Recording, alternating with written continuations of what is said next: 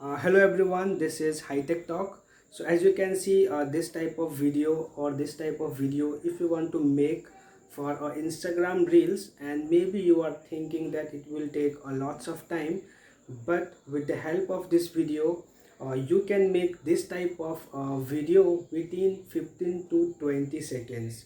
So I will show you on my mobile screen how to make it. For this, you need to open your Instagram account and click on home and click on this plus icon and go to Reels section here and click on effects and scroll at last, and here you need to just search as GTA.